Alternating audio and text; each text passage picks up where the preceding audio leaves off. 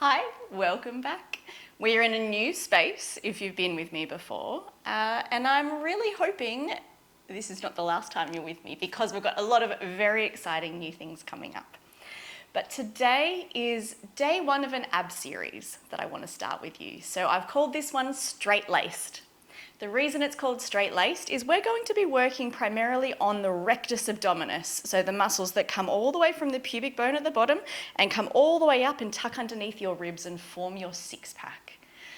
There's a lot of reasons why this is where I'm starting, but this series is perfect if you haven't been moving for a while and you want to start moving again, you're postpartum, you're hypermobile and have always found it really hard to work out where your core should be working, where your trunk muscles are starting from. This series is starting at the beginning. So if you want high level, like toned, six-pack, this is not the 6-week program for you. But if you're like me, I am 8 months postpartum, 8 months yesterday postpartum, and I am feeling so ready to do more kinds of activities, strength training, getting into walking, baby running, maybe, we'll see. But before I do that, I understand that I need a lot more solid connection with my center. Because especially when you're hypermobile, you really do need your core to be working effectively to create enough stability that your limbs, your arms and your legs can work to the best of their ability and have the most effective, efficient movement. And effective, efficient movement means far less fatigue because you're not so tired from trying to work out where your body is in space. You have much more control and awareness over where your trunk is, and therefore your limbs can move with a lot more ease. That's what we're going for. I'm aiming to keep this first session short and sweet because I want this session to be repeatable throughout the week. So you're going to revisit this a minimum of three times this week. Ideally, say a Monday, a Wednesday, a Friday, a Tuesday, a Thursday, a Saturday. Pick what works for you and your body. But all you really need for today, ideally a Pilates ball. If you don't have a ball, a kid's ball, something like a rolled up towel or a foam roller will work, but keep in mind the foam roller will move. And the other thing is a weight. So here I've got 4 kilos. It can be lighter. You can do this without weight. You could hold the ball, but it's just going to add a little bit of challenge to our upper body when that comes to it. So to start, let's hop onto our backs. You're going to lay all the way down flat. Now from here, I want to give you a sense of where that rectus abdominis is. This is the most superficial or closest to the skin part of the abdominals. There are 4 layers to your abdominals. This goes all the way from your pubic bone, which is where the 2 halves of your pelvis connect at the front, and that comes right up in a band all the way underneath your rib cage. So if you bend your knees into a comfortable position, and I just want you to think of rocking and tilting your pelvis, so flattening your back onto the ground, lifting your pubic bone toward you, and then lengthening it away from you and arching underneath your back. Now you're just going to do this gently a few times, and I want you to bring your awareness to the front part of your stomach. If it's helpful, have one hand at the pubic bone and one hand up under the rib cage. And I want you to notice that when you're arching your back and sending your pubic bone away from you, that rectus abdominis is in a lengthened position. And when you flatten your back and bring your pubic bone towards you, your rectus abdominis is in a contracted or shortened position. So gently, you're going to rock your pelvis so you're lengthening your abdominals. And then we're going to flatten the lower back and shorten. You're going to lengthen and then shorten. So we can play with strengthening your abdominals in a number of different ways. To begin with, we really want those abdominals to just be able to hold a position. So many of our beginning abdominal exercises are going to be about holding rather than moving. Because until it can hold and work out what muscles need to hold, asking it to then take more load and move becomes much, much harder. So to get ourselves to hold, we're going to think we want a halfway point now between that contracted and shortened position and that really lengthened position of the abdominals. So see if you can find a position where halfway roughly between contracted and lengthened, we're in a relaxed position here. Now I want you to make this pelvis feel heavy. So I don't want you to feel like you're about to lift it off the ground. I want you to feel like the back of the pelvis is now melting into the ground. And from here, imagine there's a rope tied to the top of that knee. You can place your hand on that leg if it's helpful. And you're going to bring the knee up toward you and float this leg into a 90-degree position. Now, keeping this grounded, melting sensation of the pelvis, you're going to return that leg back down again. We're doing the same on the other side. So if you need to, hand on that leg and you're bringing that thigh up into a 90-degree position, all while keeping this really heavy groundedness of the pelvis. And then we're coming back down again. We're doing this a couple more times. Bring that thigh up, keeping the pelvis grounded, and then let it come back down again. We float the leg up, keep the pelvis grounded, and coming back down. Floating it up, and back down again. And last time, up, and back down. Beautiful, well done. Now we're going to grab the ball and put it behind, or rolled up towel, and put it behind your upper back. So when you've got something resting behind your upper back, this should feel relatively comfortable. If it doesn't, stay flat. This isn't necessarily I never want this challenge to feel like you are using extra muscles that are going to impede you being able to sense where your abdominals are. So if you're in this position and you feel your neck overworking, you feel your hips starting to grip, it's better to be flat so that you can feel your abdominals a little bit more. But try if you can to be elevated and rest your head in your hands, because this is the position that we're now going to sense this idea of shortening through the abdominals and lengthening through the abdominals. So now that we're in this relaxed position, so we're sort of lengthened, I want you to imagine that sense of bringing, so now this is the anchor. So your pubic bone and your hips are still the anchor. They're still sinking down into the floor. And you're going to bring the rib cage up toward the pubic bone. So we're shortening even more through that abdominal section. And then we're going to lengthen back over the ball. So think of bringing, again, this stays anchored. You're bringing your rib cage up toward your pubic bone. Let them down, slide down and meet the pubic bone. And then lengthen back over that ball as far as you're comfortable to do. Doing a couple more of those. Lengthen and contract. And then all the way back over that ball. Feel the stretch. Contract, shorten, shorten, shorten, shorten, shorten. When you go back, if you're lovely and bendy, you're going to want to feel like you come back here and you just let everything go. We don't want to do that today. I want you to make sure that when you're lengthening, so let's shorten again, and when you lengthen that muscle at the front, you're keeping a little bit of sensation in the front of the stomach muscles here, all the way up and all the way back over. So what we're doing is not only are we keeping our brain connected and cued in to the body and where it is, but we're not allowing the muscle fibers to completely rest. And that's what actually makes this very simple exercise a little bit harder. So just a couple more for me. Coming up to shorten through the abdominals and all the way back down again. All the way up. If you need a little bit more, you're going to squeeze a little bit higher at the top.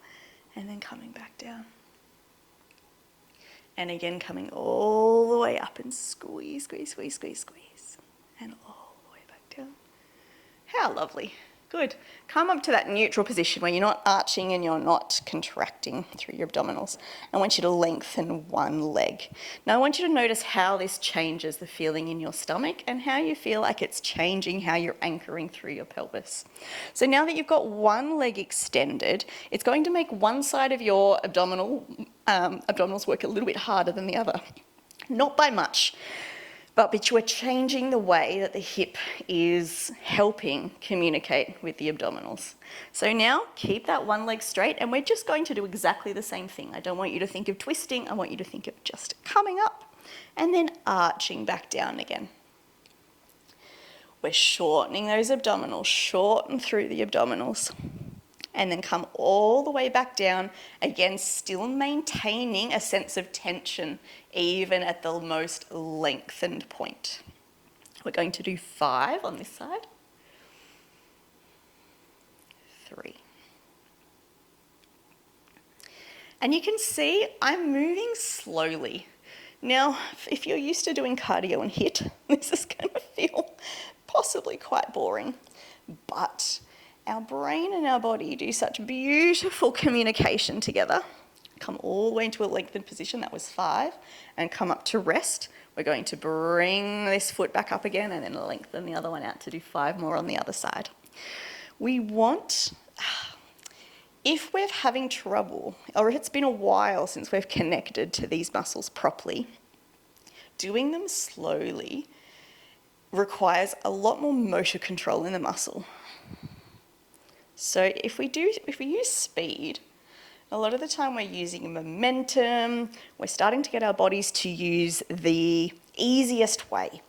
Your muscles are always going to choose the easiest pathway they can for them to move. And that's what locks in the groove of our movement to the point that we can often get injured because our bodies are just so used to taking the easiest way of doing something. It's not always the most efficient or the healthiest or the nicest on your joints.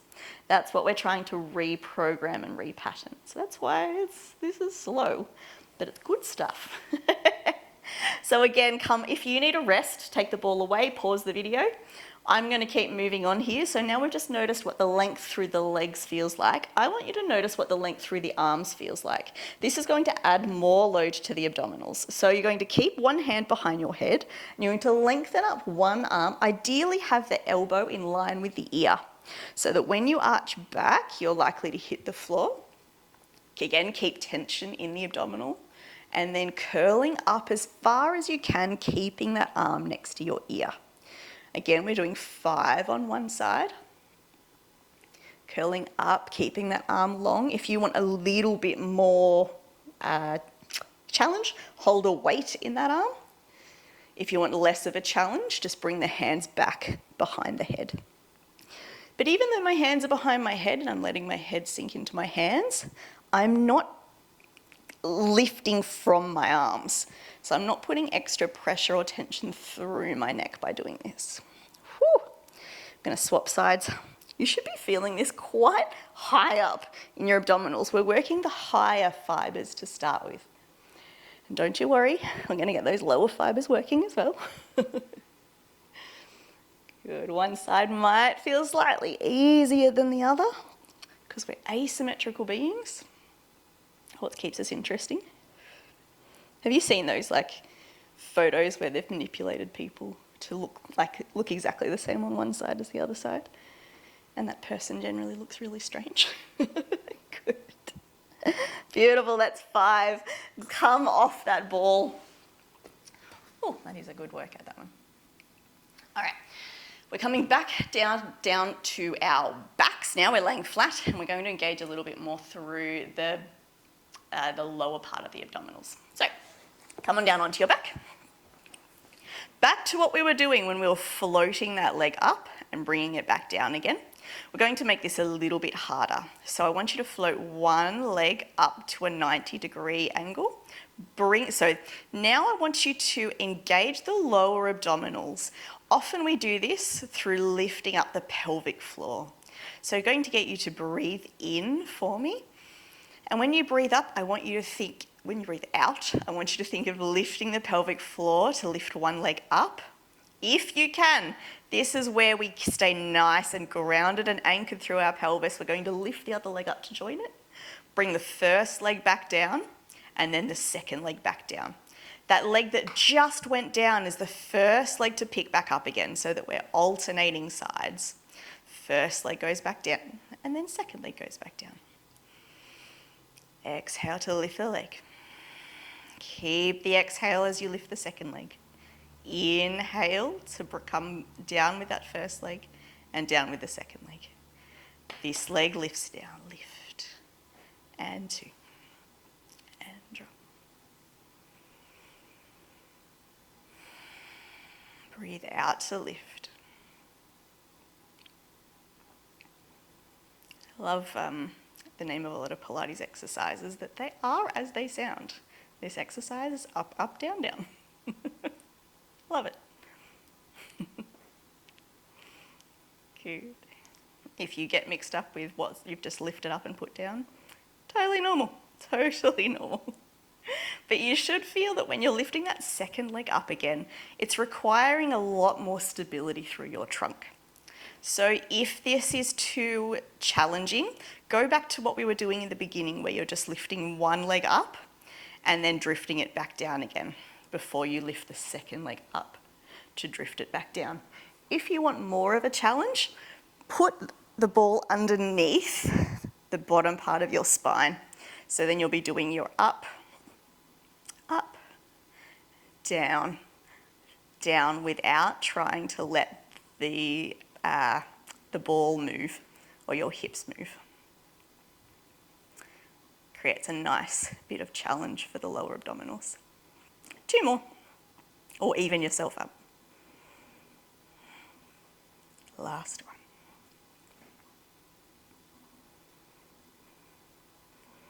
Perfect.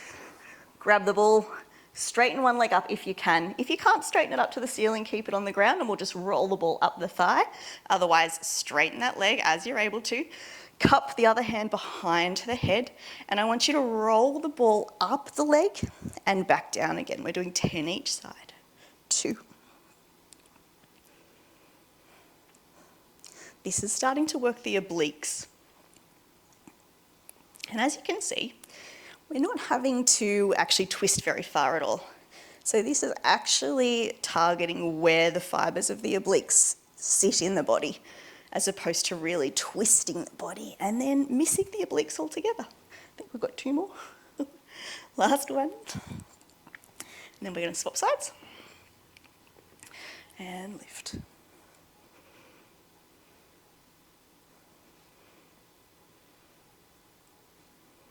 One side will often be easier than the other.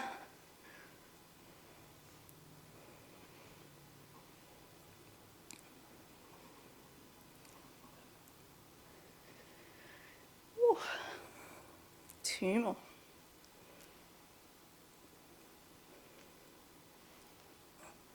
Well done. Have a stretch out if you need to. Have a little wiggle. Home stretch. I've got one more exercise in this series for today. And this is going to use your weight. So again, choose the weight that is most appropriate for you. I have 4 kilos, which may actually be too heavy for me today. We'll see. We're going to have a look. So I want you to hold it above the head. Now, the purpose of this is, again, we're looking at anchoring things, aren't we? So I want you to imagine that pelvis is anchored. I want you to imagine that the bottom of your rib cage, where your top of abdominals connect into, that is going to stay nice and calm. I don't want you to lock it down. I just want you to stay nice and calm in through here. So that when you're holding the weight and you're taking the weight above your head, you're going to actively feel like you're stabilizing that place through the bottom of the rib cage. So don't let yourself flare as you bring the weight above you. So keeping everything nice and still, we're doing 10 of these. Stay straight. If you're hypermobile, I want you to try and make sure that elbow creases are looking at one another.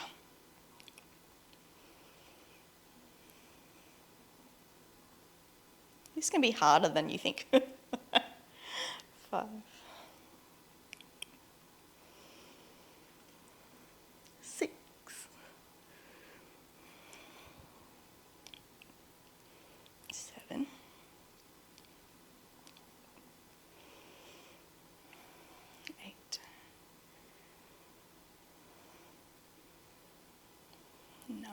Last one. 10. Beautiful. Come to rest. Woo. Well done. Short, spicy, and a beautiful little introduction to how you can better use, engage, find, work your abdominals. And I am very excited for the rest of this series. Not only are we going to focus a little bit more on the different types of abdominals, we're actually going to integrate your arms and your legs, and more particularly your back. So you can imagine if you're really slouched all the time, if we're in this kind of curved posture, our stomachs are always in that contracted position that we found before. So we want to work at the muscles through our back so that we can sit up nice and tall, and we can bring our abdominals into that sort of resting, lengthened state. And that's what's going to allow that everyday tasks still allow us to stay nice and focused and centralized and very efficient with our movement. So I hope you enjoyed today's class, and I can't wait to see you next time. Thanks. Bye.